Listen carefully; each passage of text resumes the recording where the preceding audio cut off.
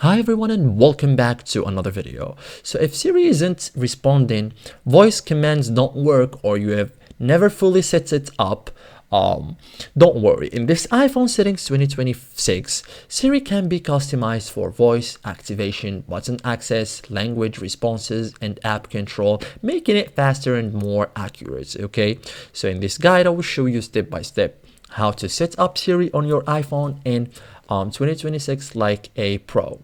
Okay, so first thing first, go to settings. Okay, look for the option of Siri. So we have it here, Apple Intelligence and Siri.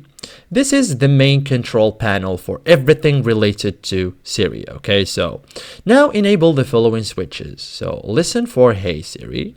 Okay, so press side button for Siri or home button and on older iPhones. Allow Siri when locked. So these options allow you to activate Siri by voice, button, or lock screen.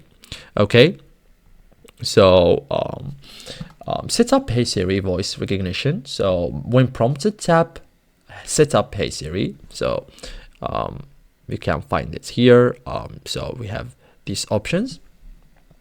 Choose Siri language and voice. Okay, we can also choose the language and the voice from here.